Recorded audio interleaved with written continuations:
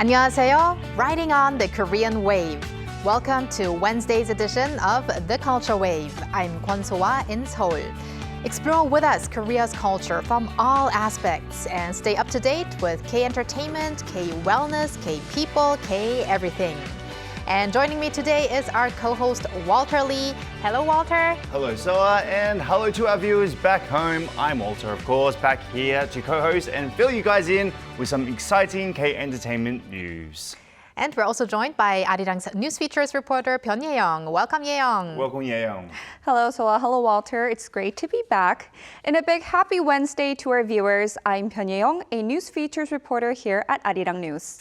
Ye-young, I hear that you recently spent a very unique night at a special concert in Seoul.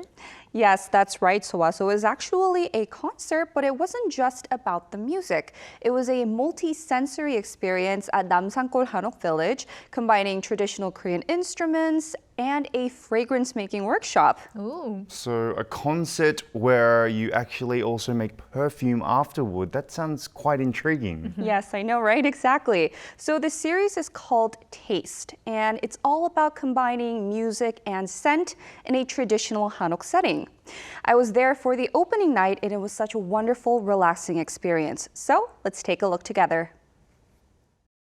On a Friday night in central Seoul, the sound of traditional Korean string instruments echoes through a Hanok courtyard. This marks the opening of a special performance series at Namsangol Hanok Village. The series is called 취향, or Taste. Written two different ways in Hanja, it means both personal preference and to take scent, a clever play on words. Here, the audience members not only enjoy live music, but also create their own perfumes inspired by the performance. Our concert series is about embracing different cultural tastes. From traditional gugak to classical and indie bands, we showcase a variety of performances. And through the fragrance-making experience, audience members can create and take home a scent that matches their own taste, a way of carrying their personal experience and individuality with them. Opening the series is the gugak trio Trigger. The gentle yet strong melodies of the 가야금, 검은고, and ajeng captivate the audience. Traditional instruments are especially fitting in a Hanok setting. Performing with natural acoustics lets the audience hear the true sound of the instruments. We hope they can also feel the natural rhythm and subtle vibrations we share. The performance doesn't stop when the music ends. Right behind me, audience members are now taking part in a scent-making workshop, capturing what they just heard and felt in a bottle. Participants browse through a variety of scents before a perfume expert blends them into a fragrance, turning the concert into a lasting memory. It was a magical experience, honestly, because I honestly felt like a young band that had his musicians playing for him. I only missed maybe like Macaulay to fully enjoy it, but it was mesmerizing. So as I was listening to the songs, the first one actually did remind me of a forest and kind of the rainy smell of it. So being able to encapsulate that experience in a perfume, which I will later use on myself, each time I put it on, I will be reminded of this, so it's great. Taste features traditional Korean music throughout September before branching into jazz and classical music in October. The series runs every Friday until November 7th. What a romantic ambience. And Ye-young, was there any more meaning behind this location? I mean, there are many beautiful venues in Seoul, but why this specific location? Yes, so I completely understand why you might ask that. Traditional Korean music being played in a Hanok only makes sense. But since the upcoming performances are by indie bands and classical musicians, I feel like people might wonder if a concert hall might be a better match. So let's listen to what the general manager of Namsangol Hanok Village had to say about this. When you think of a Hanok, it really embodies all aspects of our tradition, from architectural principles to cultural heritage. This space carries that resonance, that Korean spirit. And with K content gaining so much attention these days, I'd say this is a place where you can enjoy all of it together. I actually certainly agree with him because it does create that sort of atmosphere as well when you have the traditional Korean music and instruments with the Hanok. I think it's a great atmosphere. Now, gugak or traditional music, Korean music, can be sort of hard to understand, but the audience did seem to enjoy it despite their age. Yes, and I also definitely thoroughly enjoyed it myself, even though it was my first time listening to traditional Korean instruments being played in person. I feel like the artist really wanted to create a lasting connection with the audience, which they also mentioned in our interview. What we really want is to emphasize the meaning of sharing this experience together. Gugak isn't something difficult. It's music everyone can enjoy. If the audience leaves our performance feeling a sense of connection with our music, that alone is a great achievement for us. Well, I did feel connected, and I have to say this event is really 취향 저격, which means it suits my taste.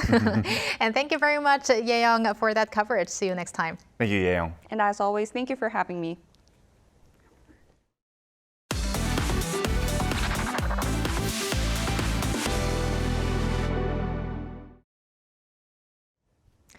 And now time for our daily dose of K-Enter News with Walter Lee. Walter, let's start with some news on legendary producer JYP. Excellent. So Park Jin-young, better known as JYP, founder and chief producer of JYP Entertainment, has been named co-chair of Presidential Pop Culture Committee, where he pledged to help create more opportunities for younger artists. Now, after the announcement, JYP wrote on social media that he intends to identify areas where he has personally felt the need for more institutional support in the industry and develop them into policies that can deliver meaningful assistance. I mean, who else would know better than him, right? So he admitted that as someone from the entertainment sector, taking on, let's say, a government role feels somewhat burdensome, but said he ultimately accepted the role because K-pop is at a rare turning point that must not be missed. Right, I can imagine that he will feel some of that pressure because he's such a perfectionist. But let's see whether he can, get K-pop to another level. Let's hope so. And next up, Walter, a Korean actor has walked away with a special award. Special award indeed. We have been talking about him a lot recently. Actor Lee Byung-hun has made history as the first Korean actor to receive the Special Tribute Award at the Toronto International Film Festival, or TIFF. The honor was presented on Sunday local time during TIFF's annual fundraising gala, the TIFF Tribute Awards. Now, Lee was recognized alongside director Guillermo del Toro, Japanese filmmaker Hikari, and actress Jodie Foster. Now, in his acceptance speech, Lee congratulated the Toronto International Film Festival on its 50th anniversary, noting that it was his 5th time attending the festival and expressing how honored he felt to be a part of such a remarkable celebration of cinema. Now, No Other Choice, directed by Park Chan-wook and obviously starring Lee himself, is scheduled for release in Korea on September 24th. Can't wait for that. And congratulations to E once again. Now, Walter, let's talk K-musical, but on the big screen. Yes, we're so used to having K-musicals on theatre, but we're talking about a press conference for the release of the film Frankenstein the Musical live. And that was held on Tuesday in Seoul with musical actor Park Eun-tae and Super Junior's Gu-hyun. Now, they were in attendance for this conference. The film shows the stage musical Frankenstein, which follows the 19th century scientist Victor Frankenstein and the monster brought to life through his experiment. Now, with the use of extreme close-ups, the movie captures the character's intense confrontations and highlights the actor's nuanced performance that audience usually only catch through those opera glasses that you see in those movies. Now, enhanced by Dolby Atmos sound and 4K visuals, the film aims to deliver the same immersive atmosphere as a live theatre experience. Now, the cast said that the film preserves the energy of the live stage and encourage audiences to see it Frankenstein the Musical Live will be released exclusively at Megabox on September 18th. Very interesting. I bet there are pros and cons of watching those musicals on the stage and on screen. I bet there is. And thank you very much, Walter, for those updates. Stick around. Will do. And now let's turn to our AI anchor, Ari, for more culture-related news. Ari? Hello and welcome to your AI guide to the latest cultural updates from Korea. Here's our top story. The National Hangul Museum, which suffered extensive damage in a fire in February, will be closed until late 2028 for restoration. The museum made the announcement on Tuesday and apologized to the public, saying that an extended closure is unavoidable. Restoration planning is set to begin next month, with reconstruction scheduled to start in July next year. The museum is expected to reopen in October 2028. Following the fire, which broke out during a facility expansion project, more than 25,000 artifacts were moved to nearby institutions for safekeeping, including the National Museum of Korea and the National Folk Museum. The hit musical Wicked, now on stage in Korea for the first time in 13 years, has surpassed 1 million cumulative viewers in the country.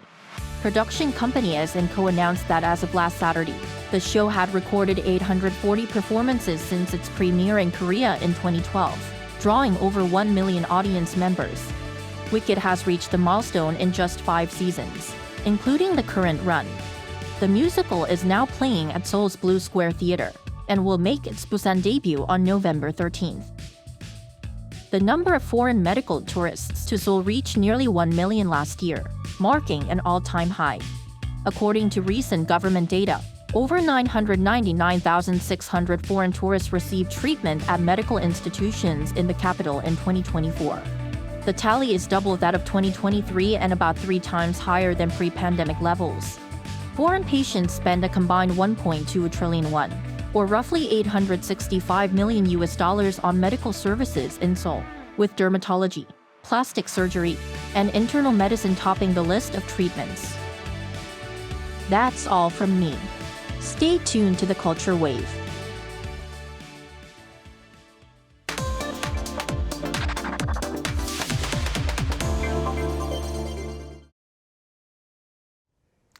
Korean-style saunas or bathhouses, which we call jjimjilbang in Korean, are establishing themselves as a new wellness option in Vietnam, offering relaxation for both body and mind. How have Korean jjimjilbangs won over the hearts of the locals? Let's hear from today's K correspondent Kim Haeri, also known as Cherry Harry, a YouTuber in Vietnam. Hello, Haeri. Hello, Hedy. Hello, Culture Wave viewers. I'm Teddy. I'm a Korean creator, producing Vietnamese language content, vlogs, beauty reviews, and culture pieces, translating Korean scripts into natural Vietnamese to help viewers in Vietnam discover authentic life and trends in Korea. All right. Thank you for that introduction, Hedy. And now let's get into our main topic today. Excellent, excellent. Just a quick question. How long have you been doing your content for? Wow, it's been almost 10 years. Oh, almost 10 years. Wow, you're a veteran on YouTube. But yes, let's get straight into our main content. So we are talking about Korean-style jjimjilbangs. Now, Korean-style jjimjilbangs are said to be gaining a lot of popularity in Vietnam. Can you maybe tell us on how popular we are speaking here? So Korean-style jjimjilbangs have indeed gained significant traction in Vietnam. Notably, the Golden Lotus Healing Spa land in Ho Chi Minh City is recognized as one of the premier Korean-style spas in the country, offering authentic jjimjilbang experiences with Korean-speaking staff and traditional services like body scrub and sauna rooms. In addition, Amare in Hanoi is known as a place where you can experience a Korean-style jjimjilbang, featuring 9 different types of sauna facilities, and Healing Pearl Spa in Hoi An, Aquafield in Nha Trang, so many, I can't even name them all. This establishment highlights the growing demand for Korean wellness culture in Vietnam. And Hedy, I have to say it's very interesting to see that growing popularity of jjimjilbangs in Vietnam, because Vietnam is actually a very humid country, humid subtropical climate that you can find there. So tell us more about how the jjimjilbangs there fit the local conditions. So what are the similarities from the jjimjilbangs in Korea, and also what are the Vietnamese elements that you can find there? Unlike in Korea, where jjimjibangs are often large, 24-hour family spaces, in Vietnam, they're usually smaller and more like premium spots that combine sauna with massage or facial treatments. The focus is more on wellness and beauty than spending a whole day with family, and prices are higher than typical local massage shops. Many places also mix in Vietnamese herbal steam or traditional massage, so it's a hybrid of Korean and local wellness. That said, they still share some similarities with Korean jjimjibangs. There are multiple sauna rooms, hot and cold baths, and body scrubs. Some even have Korean touches like the lamb head towel, uniforms, or snacks such as shikke and ramyeon, so visitors can still enjoy a bit of authentic Korean culture. Do they also have the boiled eggs there? Yes, of course. That's a must. So that sort of brings me on to my next question, Hedy. Are the Vietnamese people aware of these sort of jjimjilbang cultural details? Like, do you see the Hallyu fans, the big Hallyu fans, enjoying themselves there? For instance, maybe trying to recreate something from like a K-drama where they put maybe the towel on their head and make the cute little lamb heads and things like that. Do you see that yourself? Yes, many Vietnamese customers, especially younger generations who follow K-dramas and K-pop, are aware of the unique jjimjilbang culture details like the lamb head towel, eating ramen or shikke in the lounge, or even trying body scrubs. These are often introduced through Korean dramas, variety shows, social media clips, and me, I have introduced that on my YouTube, so people already have a sense of what to expect before they visit. Hallyu fans in particular really enjoy recreating those scenes. For example, it's quite common to see groups of friends taking photos wearing the lamb head towel or ordering Korean snacks to feel like they're in a K-drama setting. It's less about using the jjimjilbang for purely wellness purposes and more about combining the cultural experience with fun and fandom. This playful K-drama inspired aspect definitely adds to the appeal for many first-time visitors. And I think also the recent animated film, K-pop Demon Hunters, may add to that, popularity, because we also had a Korean 목욕탕 or a Korean style bathhouse. And I think it starts a lot with those media. But Hedy, in Korea, these public sauna or bath facilities are often associated with family time, or you also enjoy those facilities with friends. So what is the perception in Vietnam? And also, is the jjimjil practice actually establishing itself as a wellness trend? In Vietnam, jjimjibangs aren't really seen as family spaces like in Korea. People usually go with friends or for personal wellness, more like a spa experience. It hasn't yet become a lifestyle, but with growing interest in wellness and Korean culture, I think it could slowly develop in its own way here. And talking about wellness and healthcare, I mean, it's starting to become a very big thing around the world, especially K beauty products, etc. Is there anything else in the realm of K wellness, K healthcare that's maybe gaining popularity in Vietnam, maybe related to beauty, diet, health, or health management, for example? Yes, K-wellness is influencing various aspects of Vietnamese lifestyle. The Vietnamese skincare market is shifting towards K-beauty with an emphasis on healthy, glowing skin. In the past, many preferred matte foundations and lip colors, but now glossy, dewy skin and glowy lips inspired by Korean trends are becoming popular. And young consumers, especially in cities like Ho Chi Minh, are adopting routines such as double cleansing and minimalist serums. And beyond skincare, there's also a growing interest in supplements. While people used to pay little attention to vitamins or diet aids, now beauty supplements, health boosters, and diet products are gaining real traction, reflecting the influence of Korean wellness and beauty culture. Now, Hedy, on your YouTube channel, you also talk about K-beauty and trends. So what has been a very popular content that people in Vietnam really liked about Korea and Korea's beauty, or something else? People are, well, most of my followers are female. So I think for females, like diet is always a must. So when I always talked about like diet supplements, when I show them like intermittent fasting, the current diet trends in Korea, I think my subscribers loved it. And they always like ask me, where did you get it? Where to buy that product? So yeah, diet is every like girl's problem. Right, I have to agree. And what kind of recommendations, would you make to maybe Vietnamese people who would make a trip to Korea and would like to make some shopping for K-cosmetics? Would there be any, not a specific brand or anything, but any product, for instance, skincare or some masks? What would you recommend if they make trips to Korea? Well, there's so many. I know. Well, I think for beauty products, you should just go to Olive Young. But recently, I've actually got to experience this head spa. Yeah, and I think it was really, really popular among foreigners because like the head spa had like 17 steps, and they actually like what is it? They because I don't know, but in Vietnam there is no system like that in Vietnam or other countries. I think it's a very unique thing in Korea. So Head spa. Wow, good recommendation, even for us here. Yes. And Hedy, I just have a quick question. You said that you have been doing YouTube for like around 10 years, which makes you a veteran in the YouTube world. And lots of followers. Yes, lots of followers.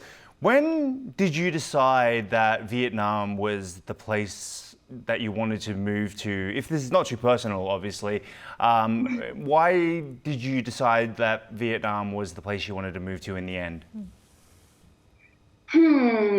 Well, I majored Vietnamese in my university, so that was 2016. So back then I didn't even know where Vietnam was. And then when I first started learning the language, it was like so difficult. So I was like, oh my God, I should really like give up.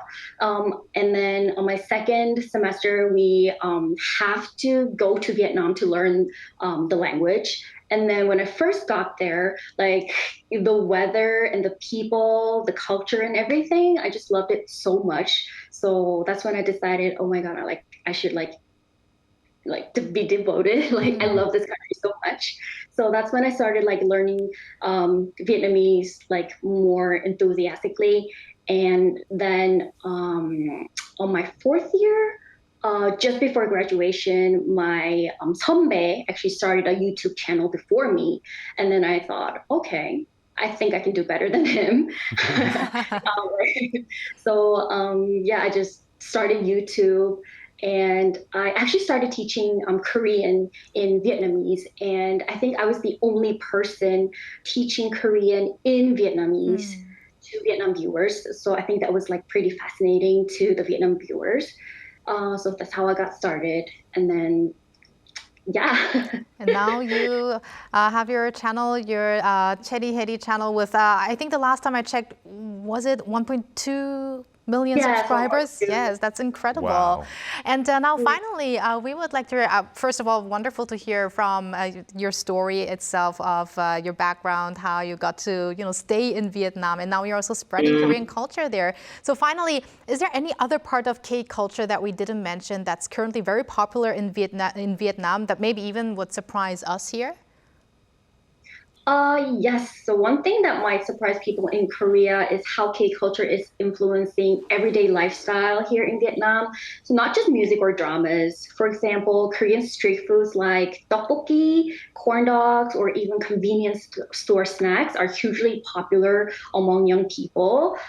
Did you know that there's so many GS25 here in Vietnam. So we also see K-fashion trends in Hanoi, oversized shirts, casual, sporty looks being adopted. And interestingly, some young fans even mix Korean words like oppa or 언니 into casual conversations. So these smaller lifestyle influences might not be noticeable in Korea, but in Vietnam, they feel very trendy and fresh. That is interesting. So probably people on the street who recognize you will approach you also by saying 언니 sometimes. 언니, yeah. 체리 언니, 혜리 언니. All right. Thank you very much, Hedy, for connecting with us today. And we will keep following your activities and fun content and keep in touch. Thank you, Hedy. Thank you. And thank you, Walter, as always. See you next week. We'll see you next week. Thank you for spending the past half an hour with us on the Culture Wave. Please join us again tomorrow on Thursday at 2 p.m. Korea time and maybe one day here in Korea.